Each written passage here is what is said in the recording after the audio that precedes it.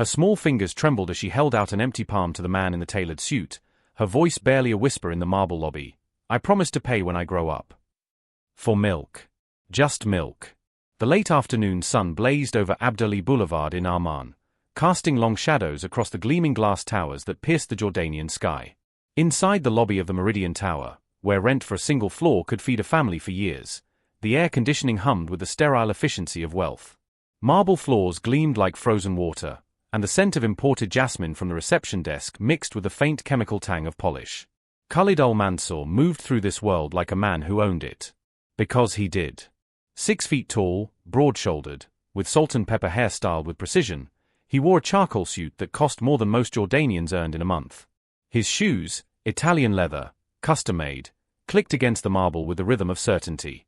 At 47, he had built an empire from telecommunications, his face gracing business magazines from Dubai to London. People knew his name. People stepped aside when he walked. But they didn't know the hollowness that lived behind his perfectly maintained exterior. They didn't see how he filled his penthouse with silence, how he worked 16-hour days to avoid going home to empty rooms, how success had become both his fortress and his prison. He was scrolling through emails on his phone, barely registering the lobby around him, when he heard it. A sound so soft it shouldn't have reached him over the lobby's ambient noise, the distant ring of elevators, the murmur of business conversations, the tap of keyboards from the security desk. But it did. A child's cough. Wet, rattling, desperate. Khalid's fingers paused over his screen. He looked up. She was small. Perhaps 6 years old, maybe 7. It was hard to tell through the dirt and the oversized clothes that hung from her thin frame like fabric on a wire hanger. Her skin was dark brown, dusty from the streets, and her hair, thick, black, beautiful, was matted and pulled into a lopsided ponytail with what looked like a rubber band. She wore a faded pink shirt with a cartoon character he didn't recognize, stained and torn at the hem, and brown pants rolled up at the ankles. No shoes. Her feet, bare and cracked, left small dusty prints on the pristine marble. She stood near the entrance, clutching her stomach, her eyes, large, brown, achingly alive, fixed on something across the lobby. Khalid followed her gaze. The lobby cafe. Specifically, the refrigerated display case where bottles of fresh milk sat in neat rows, their white contents promising nourishment, coldness, relief. The girl took one hesitant step forward. Then another. The security guard, a thick-shouldered man named Mahmoud who took his job too seriously, started moving toward her, his hand already raised in a dismissive gesture. "Why, Binti, you can't be in here," Mahmoud said, his voice not unkind but firm. "This is a private building. Go on, back to the street." The girl didn't run. She should have. Street children always ran when confronted. But she stood there, swaying slightly, and pressed one small hand harder against her stomach.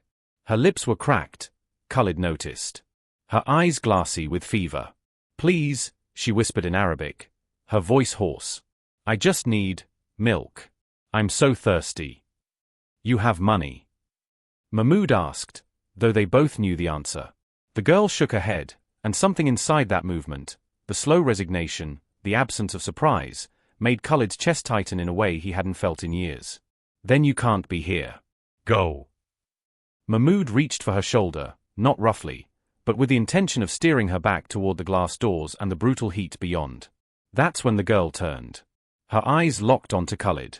In that moment, something passed between them, a recognition that had nothing to do with familiarity and everything to do with the raw, unfiltered desperation of one human being silently begging another for help.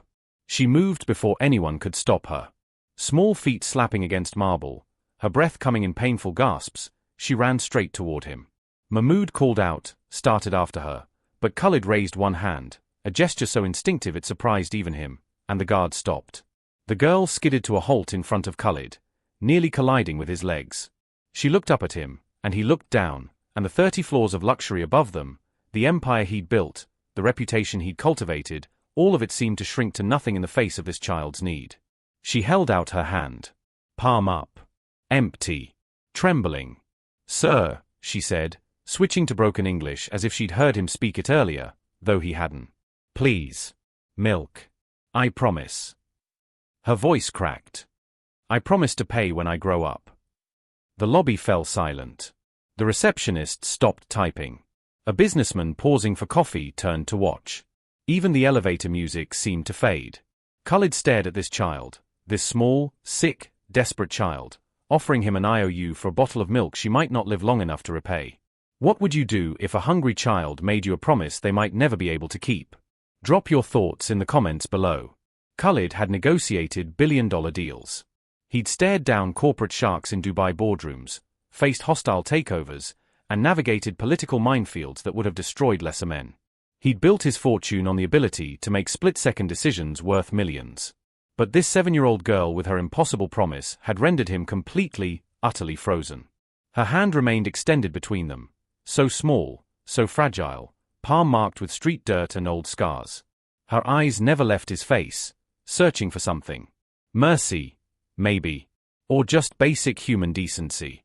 I promise, she repeated, and the words came out thick, congested. Another cough racked her small body, bending her double. When she straightened, there was a sheen of sweat on her forehead despite the lobby's Arctic air conditioning. Khalid found his voice. What's your name? The question seemed to surprise her. People didn't usually ask street children their names. They shooed them away, ignored them, and occasionally threw coins. But names? Names made them human. Names made them real. Amora, she whispered. Then, as if remembering something important, she added, it means grace in my father's language. He told me before. She didn't finish. Before what? Before he died? Before he left? Before their world fell apart? Khalid didn't ask. The before didn't matter. Only the now. Amora, he said, testing the name. It felt significant in his mouth, weighted with meaning he couldn't yet understand. He looked at her outstretched hand again, at the promise contained in that small palm. How old are you? 7. A pause. I think. Maybe 8 now. I don't, the days are hard to count. 8 years old, and she'd already lost track of her own birthday. Khalid became aware of the lobby around them again, the watching eyes, the smartphones probably recording this moment, Mahmoud hovering uncertainly nearby, unsure whether to intervene or stand down. The businessman at the cafe had his phone out, definitely filming. By tonight, this would be on social media. Billionaire Khalid Al-Mansour confronted by street child. The calculation was automatic. How would this look? What would the board say? What precedent would it set if he helped her? Every street child in Amman would be lining up outside his building tomorrow. But then Amora's legs buckled slightly, and she caught herself, and Khalid saw it, the tremendous effort it took for her to remain standing. The pride that kept her upright when her body was begging to collapse. The dignity wrapped around her like armor, even as fever and hunger tried to strip it away. He saw himself in her. Not the street child part. Khalid had grown up comfortable enough. Middle class, educated parents, opportunities. But he recognized that particular brand of desperation mixed with pride. The refusal to beg even while begging. The offering of something, anything, in exchange, even when you had nothing to give. His daughter had looked at him like that once. The memory hit him like a physical blow. Layla, 7 years old, in the hospital, bargaining with him. Baba, if you let me go home, I promise I'll take all my medicine. I promise I'll be good. I promise, I promise, I promise. He'd lost her anyway. Leukemia didn't care about promises made by little girls. That was 11 years ago. 11 years of throwing himself into work, into building and acquiring and expanding, until the empire became the only child he had left. Khalid looked down at Amora, and for the first time in over a decade, he felt something crack inside the fortress he'd built around his heart. He reached into his jacket pocket. The lobby held its breath. He pulled out his wallet, black leather, imported, containing credit cards that had no limits and cash he never actually needed to carry. His fingers moved past the bills, past the cards, and found something else. Something he'd been carrying for years without knowing why. A business card. But not his own. He flipped it over and pulled out a pen, writing quickly on the blank side. Then he pressed it into Amora's still outstretched hand, closing her small fingers around it gently. This is a promise, he said, his voice rougher than he intended. From me to you. Amora blinked, confused, clutching the card. Mahmoud, Khalid called, not taking his eyes off the girl. Please escort Miss Amora to the cafe. She'll have whatever she needs. Milk, food, water. Put it on my account. And call Dr. Nasser. Tell him I'm bringing a patient. The lobby erupted in whispers. Mahmoud stared. Sir, Now, Mahmoud. The security guard jumped into action, suddenly gentle as he guided Amora toward the cafe. She looked back at Khalid, the business card clutched in her fist, her expression a mixture of disbelief and desperate hope. Khalid pulled out his phone, scrolling to a number he hadn't called in months. His driver. Youssef. Bring the car around. We're going to the hospital. He ended the call and started walking toward the cafe, where Amora was staring at the refrigerated case like it held the secrets of the universe. The businessman with the phone was still filming. Let him film. Let the whole world watch. Khalid al-Mansur had just remembered what it felt like to be human. The bottle of milk was cold in Amora's hands, so cold it almost hurt to hold, but she wouldn't let go. She pressed it against her cheek first, savoring the chill against her fever-hot skin, then brought it to her cracked lips and drank. Not gulped. Drank. Slowly, deliberately, as if she'd been taught manners in another life. Khalid watched from 3 feet away, standing while she sat in one of the cafe's pristine white chairs that probably cost more than most families spent on furniture. She looked impossibly small in it, her bare feet dangling high above the floor, not even close to touching the ground. The cafe worker, a young woman named Ronia with kind eyes and a nervous smile, had brought out a plate of manakish, the za'atar and olive oil glistening on the still warm bread. Amora had stared at it like it might disappear if she blinked. Eat, Khalid said softly. Slowly. Your stomach needs time. She nodded and took a small bite, chewing carefully. Her eyes closed briefly, and Khalid saw her throat work as she swallowed. Such a simple thing. Bread. Milk. Things he ordered without thinking, things that appeared on his table 3 times a day, things he often left half-eaten. Where are your parents, Amora? The question hung in the air between them. She took another small bite, another sip of milk, and he wondered if she would answer at all. Mama died when I was 5, she finally said, her voice flat in the way children's voices get when they've told a story too many times. Fever. Like this one, but worse. We didn't have money for the doctor. Another bite. Baba tried. He worked hard. 2 jobs. Sometimes 3. But then his back, something broke inside. He couldn't work anymore. Couldn't stand for long. Where is he now?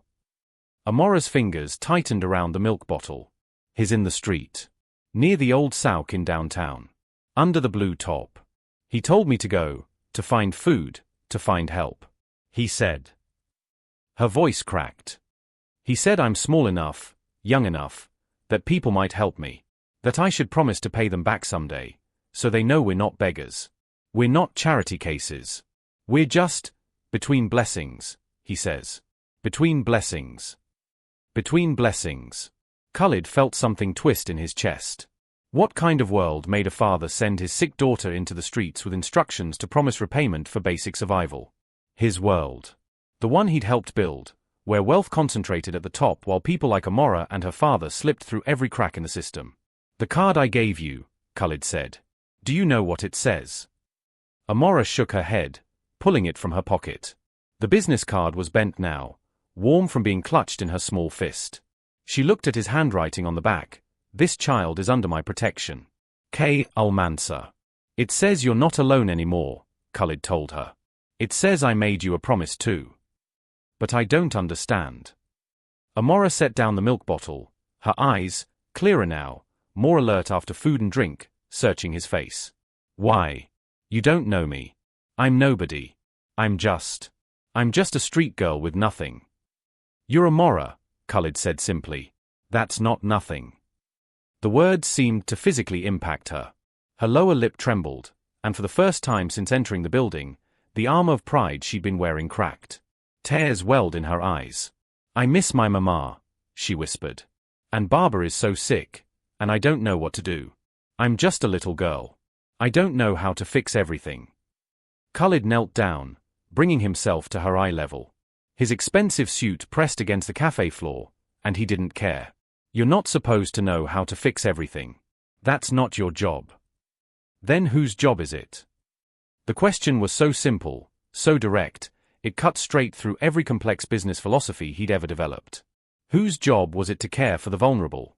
Whose responsibility was it to catch those falling through the cracks? He thought about the foundations he donated to, tax write-offs, really, photo opportunities for corporate social responsibility reports. He thought about the galas he'd attended, writing checks that meant nothing to his bottom line while congratulating himself on his generosity. Charity at arm's length. Comfortable distance from the actual suffering. But here was suffering, looking at him with brown eyes that reflected his own daughter's face, asking him whose job it was to care. Mine, he heard himself say. Right now, it's mine. Yusef appeared at the lobby entrance, giving a subtle nod. The car was ready. Can you walk? Khalid asked Amora. She nodded, sliding down from the chair. Her legs were steadier now, the food and milk already making a difference. The resilience of children, their ability to bounce back from the edge of collapse, was both miraculous and heartbreaking. We're going to see a doctor. A friend of mine. He's going to make sure you're okay. Khalid stood, offering his hand. Then we're going to find your father. Amora's hand slipped into his, so small, so trusting. And then what? It was the question Khalid had been asking himself since the moment she'd run toward him. And then what? Feed them a meal and send them back to the streets? Write a check and absolve himself of further responsibility? Add them to the list of charitable cases handled by his foundation's administrative staff? He looked down at this child who'd promised to repay him someday for a bottle of milk. This child who'd somehow cracked open something inside him he'd thought was sealed shut forever. And then, he said slowly, the words forming as he spoke them, we figure out what between blessings means. Together. They walked through the lobby, Amora's hand in his, and Khalid felt every eye on them. The businessman with the phone was definitely still filming. The receptionist had tears in her eyes. Mahmoud stood at attention, looking at Khalid with something new in his expression, something like respect mixed with wonder. As they pushed through the glass doors into the brutal afternoon heat, Amora squeezed his hand. Mr. Khalid, she said softly, my barber says that angels sometimes come dressed as regular people. So we never know when we're meeting one. Khalid's throat tightened. I'm not an angel, Amora. I'm just a man who's been living in a tower for too long. Maybe, she said, looking up at him with a wisdom no 8-year-old should possess. But you came down. That's what matters. If you had the power to change one person's life today, would you? Or would the fear of what comes next stop you? Let us know in the comments. Welcome back, my incredible viewers. Your comments from the last video have been absolutely overwhelming. I can see how deeply you're all connecting with the story, and the theories you've been sharing are absolutely brilliant. Some of you are surprisingly close to the truth of what's coming next. But before we continue, don't forget to smash that like button if you're enjoying what you're seeing. Your support means the world to me and helps this channel grow. If you haven't already, make sure to subscribe and hit that notification bell so you never miss any of our uploads. We're building an amazing community here, and I don't want you to miss out on what's coming. And please, share this video with your friends, family, or anyone who would love this type of content. The more people we can bring into this community, the better it gets for everyone. Your engagement in the comments has been incredible, and I love reading every single one of your thoughts and theories. Keep them coming. Now, let's go in depth into the story. The black Mercedes waited at the curb, and Khalid helped Amora into the back seat, the leather cool against her skin. As Yusef pulled into Armand's chaotic traffic, Khalid made a decision that would change everything. He pulled out his phone and dialed. Dr. Nasser? It's Khalid. I'm bringing someone to you. No, not me. Someone much more important. Dr. Nasser's private clinic occupied the ground floor of a modest building in Jabal Aman, far from the gleaming towers of Abdali. The waiting room smelled of antiseptic and mint tea, and the walls were covered with children's drawings, thank you notes from patients past, colorful testaments to healing and hope. Amora pressed closer to Khalid as they entered, her earlier bravery wavering in the face of medical equipment and unfamiliar surroundings. He felt her small hand tighten around his fingers. It's okay, he murmured. Dr. Nasser is good. He helped my... He stopped himself. He's helped a lot of children. Dr. Nasser emerged from the examination room, a man in his 60s with silver hair, gentle hands, and eyes that had seen too much suffering to ever turn anyone away. When he saw Khalid standing there with a street child, his weathered face registered surprise, then something else. Understanding, perhaps, or recognition of a moment that mattered. Khalid, he said warmly, then turned to Amora and knelt down to her level. And who is this brave young lady?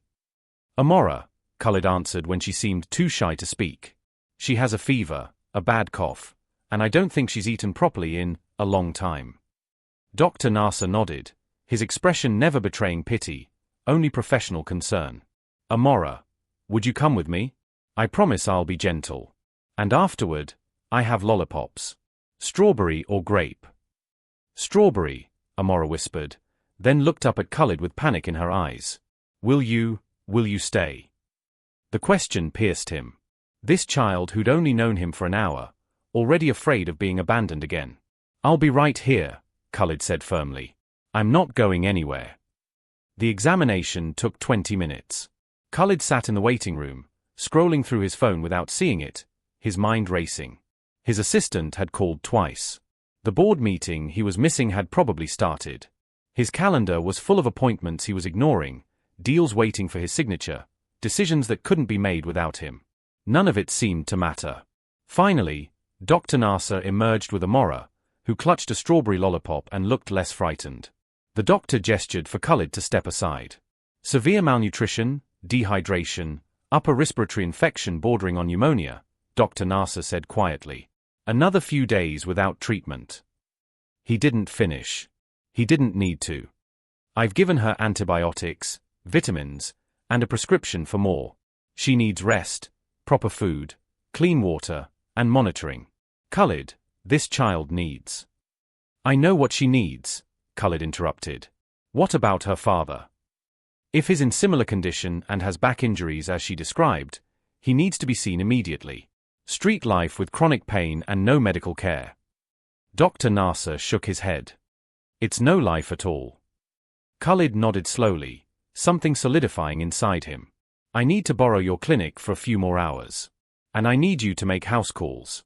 Or rather, street calls. Dr. Nasser's eyebrows rose. Khalid, what are you planning? Something I should have done years ago. The blue top in the old Sauk district was exactly where Amora said it would be, tucked between a closed pottery shop and a fruit vendor who'd already packed up for the day. The sun was setting, painting Armand's hills in shades of amber and rose, but here in the narrow street, shadows gathered early. Amora's father was a man who'd once been strong. You could see it in his broad shoulders, in the size of his hands. But illness and hardship had whittled him down to angles and exhaustion. He lay on a piece of cardboard, his eyes closed, his breathing shallow. Baba.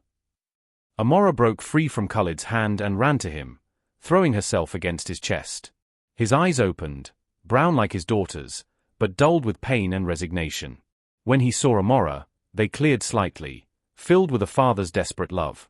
Amora, Habibi, you came back. His voice was rough, weak. Then his gaze shifted to Khalid standing a few feet away, and fear replaced relief. Who is this man? Amora, what did you do? I found help, Baba. Just like you said. He gave me milk and food and the doctor gave me medicine, and he promised. No. The father tried to sit up, wincing with the effort. No, we don't take charity. We don't, he looked at Khalid, and there was pride in his pain-filled eyes, the same pride Khalid had seen in Amora. Sir, I don't know what my daughter told you, but we're not beggars. We're just between blessings, Khalid finished softly. She told me. The father blinked, surprised.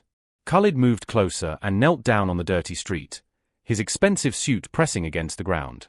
He looked at this man, this father who'd sent his sick daughter out to promise future payment for milk, who couldn't stand but still clung to his dignity like a lifeline. My name is Khalid al-Mansour, he said. And your daughter made me a promise today. She said she'd pay me back when she grows up. He paused, letting the words settle. But I'm not interested in that promise. The father's face crumpled. Please, sir, we need nothing from. I'm interested in making a different promise. Khalid pulled out his phone, and Dr. Nasser answered on the first ring. We found him. Bring the ambulance. He looked back at Amora's father. I promise that your daughter will grow up. I promise that you'll be there to see it. And I promise that you'll never have to send her into the streets again. Tears streamed down the father's weathered face. Why? He whispered. We're nobody to you. Why would you do this? Khalid looked at Amora, who was clinging to her father, her small face radiant with hope. He thought about Layla, about promises that came too late, about towers built so high you forget there's ground beneath you. Because 11 years ago, I couldn't save my daughter, Khalid said, his voice breaking. But today, I can save yours.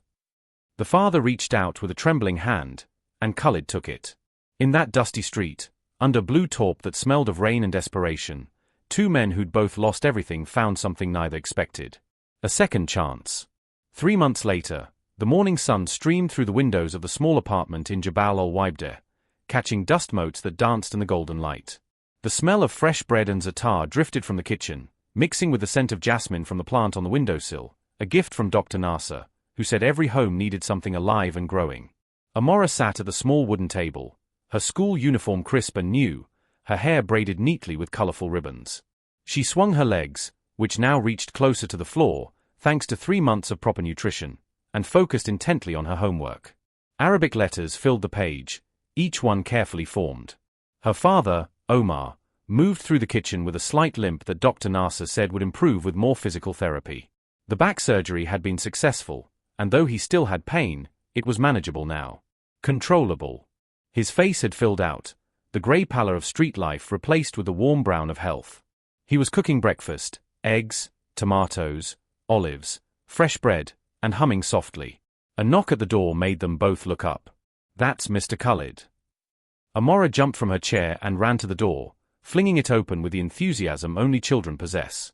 Khalid stood in the doorway, holding a bakery box and wearing a smile that had become increasingly common over the past months. His suits were still expensive, his shoes still Italian, but something fundamental had shifted in the way he carried himself.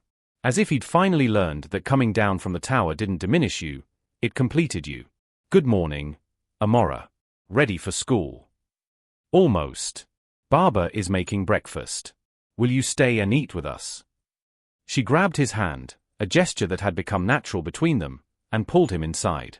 The apartment was small, just 2 bedrooms, a kitchen, and a living area, but it was clean and warm and filled with a kind of light that had nothing to do with windows. Photos covered one wall, Amora's school pictures, Omar at his new job at Khalid's warehouse, a position modified for his physical limitations, and candid shots from their weekly dinners together. There was one photo in particular that had gone viral 3 months ago, Khalid kneeling in the street, holding Omar's hand, while Amora clung to her father. The businessman with the phone had posted it, and it had spread across Jordan, then the Middle East, then the world. "Billionaire saves street family," the headlines had read. The promise that changed everything. Khalid had ignored most of the attention, but he'd used some of it strategically. The publicity had helped launch his new initiative, Between Blessings, a foundation that didn't just write checks but actually intervened, actually showed up, actually treated people like Amora and Omar as human beings rather than statistics. 23 families had been housed so far. 47 children were back in school. 12 adults had received medical treatment and job training. It wasn't enough. Khalid knew it would never be enough, but it was a start.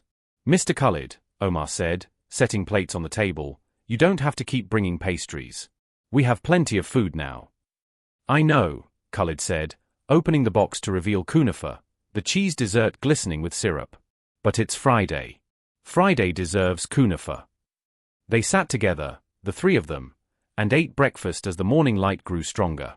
They talked about Amora's upcoming math test, about Omar's progress at work, about the new family moving into the building, another Between Blessings placement, and whether they should invite them for dinner. "Mr. Khalid," Amora said suddenly, setting down her fork, "I need to show you something." She disappeared into her room and returned with a small wooden box, handmade, rough around the edges, clearly a school project. She set it on the table in front of him with ceremony. "Open it," she said, her eyes bright. Inside was money. Not much, a handful of coins, a few small bills, maybe 20 dinars total. And beneath the money, a piece of paper with careful handwriting, payment plan for Mr. Khalid. Starting balance, 1 bottle of milk, 1 piece of Manakish. Current payment, 20 dinars. Remaining balance, I will pay when I grow up. Khalid felt his throat tighten. "Amora." "I saved it," she said proudly. "From my allowance. Baba gives me a little each week, and I've been saving it. I know it's not enough yet, but I promised. I promised to pay you back when I grew up, And I'm growing up now. So I should start paying. Omar looked embarrassed. Amora, Habibi, Mr. Khalid doesn't need. But Khalid held up his hand, silencing the protest. He looked at this little girl who'd promised him payment for milk 3 months ago, who'd somehow saved money even though she could have spent it on toys or candy or any of the 100 things 8-year-old girls wanted. He picked up the box and held it carefully, as if it contained something infinitely precious. Because it did. It contained integrity, pride, the refusal to forget where you came from or who helped you get where you were going. Amora, Khalid said slowly, this is the most valuable payment I've ever received. But I need you to do something for me. She nodded seriously. Anything. I need you to take this money, he handed the box back to her, and save it. Not for me, but for someone else. Because someday, you're going to meet someone who needs help. Someone who's between blessings, just like you were. And when that day comes, I want you to remember what it felt like to promise to pay someone back. And I want you to help them, the same way we helped you. Understanding dawned in Amora's eyes, widening them with the weight of the responsibility he was giving her. You mean, pass it on? Exactly. Pass it on. That's how we change the world, Amora. Not by paying back the person who helped us, but by helping the next person who needs it. By being someone's angel when they need one most. Amora clutched the box to her chest, nodding solemnly. I promise. When I grow up, I'll help someone else. I'll be there, Mr. Khalid. The words hit him with unexpected force. There, Mr. Khalid. As if he'd become a verb, an action, a way of being in the world. Omar wiped his eyes, not bothering to hide his tears. How do we thank you for this? For everything. Khalid looked around the small apartment, at the breakfast on the table, at the homework waiting to be finished, at the photos on the wall, at this family that had been broken and was now whole. He thought about his own empty penthouse, which felt less empty now that he had somewhere else to be. He thought about Layla, and wondered if somehow, she'd sent Amora to him. If this was her way of telling him it was okay to live again, to love again, to let people in. You already have, Khalid said softly. You let me be part of your family. You gave me a reason to come down from the tower. Amora suddenly jumped up and threw her arms around his neck, hugging him fiercely. You're not just part of our family, Mr. Khalid. You're our family. Right, Baba?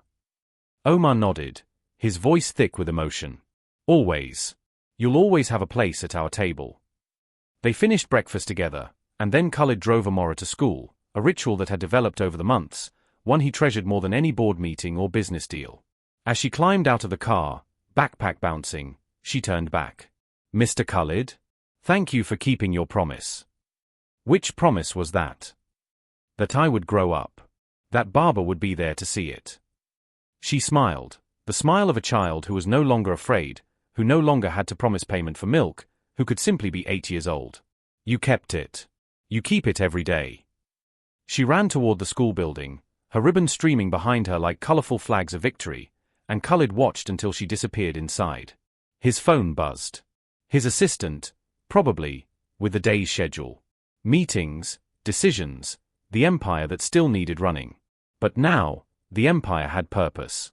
Now, the wealth meant something beyond numbers in accounts. As he pulled back into traffic, Khalid thought about promises. The ones we make, the ones we keep, the ones that change us. He thought about a little girl who'd offered to pay him back when she grew up, not knowing that she'd already paid him back with something far more valuable. She'd reminded him how to be human. 6 years later, the Between Blessings Foundation had grown beyond anything Khalid had imagined. What started with one street family had expanded to help hundreds.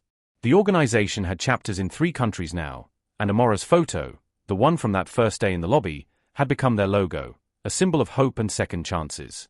But the real victory wasn't in the numbers or the headlines or the awards that lined Khalid's office wall. The real victory was in moments like this one. Khalid sat in the audience of Princess Rama Secondary School, watching 14-year-old Amora stand at the podium, addressing her classmates. She was tall now, confident, her hair braided with the same colorful ribbons she'd worn as a child. She was presenting her project for the year, a student-run initiative to help street children in Amman. My teacher asked me why I chose this project, Amora said, her voice clear and strong.